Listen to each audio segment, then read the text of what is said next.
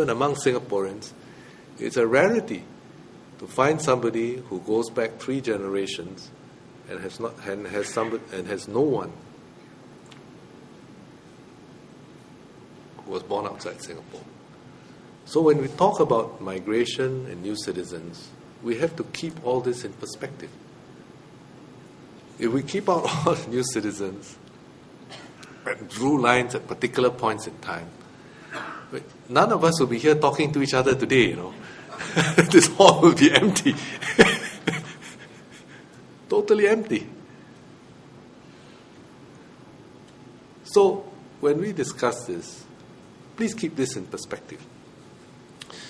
In Singapore, we have an ability to adjust the migration of people. We have the tools. Why do we have migration to Singapore? Why do we attract foreign professionals, or why do we allow foreign workers to come to Singapore? It's because we want to create a stronger, better Singapore, and largely for Singapore citizens.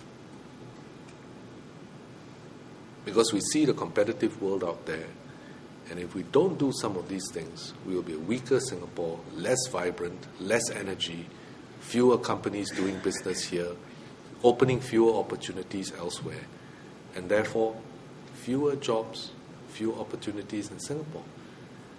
And then really, those like the young lady just now who thinks that it's better to start companies elsewhere because she's an entrepreneur, she will want to go elsewhere and start her business. And we will lose Singaporeans because they say, I don't have the opportunity to do things here.